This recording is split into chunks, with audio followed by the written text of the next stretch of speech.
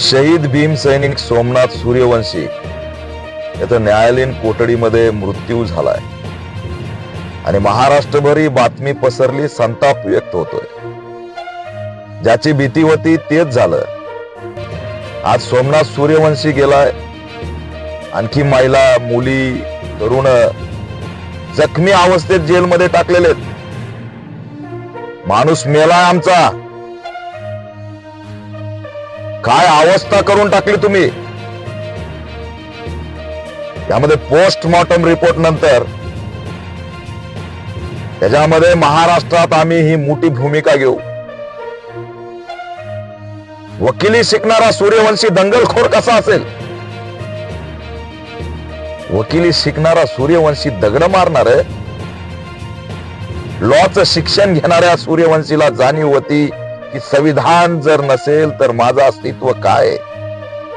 समाजकंटकाला तुम्ही हॉस्पिटल मध्ये टाकलं कारण तो जखमी झाला होता आणि आमच्या आया बहिणींना, भावांना मार मार मारून तुम्ही जेलमध्ये टाकलं. त्यांना दवाखान्यात नेऊ वाटलं नाही आणि आज नैसर्गिक मृत्यू म्हणून त्या ठिकाणी दिशाभूल केली जाते.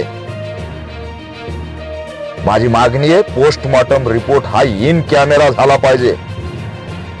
पारदर्शकपणे त्याचं असणार पोस्टमॉर्टम झालं पाहिजे.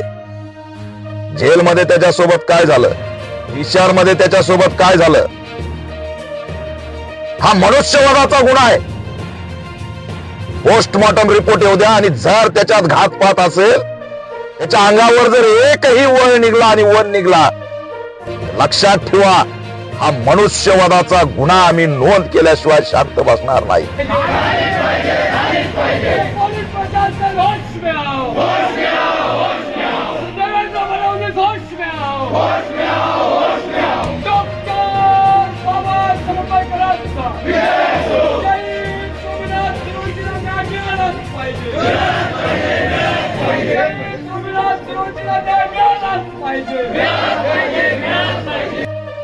झालीच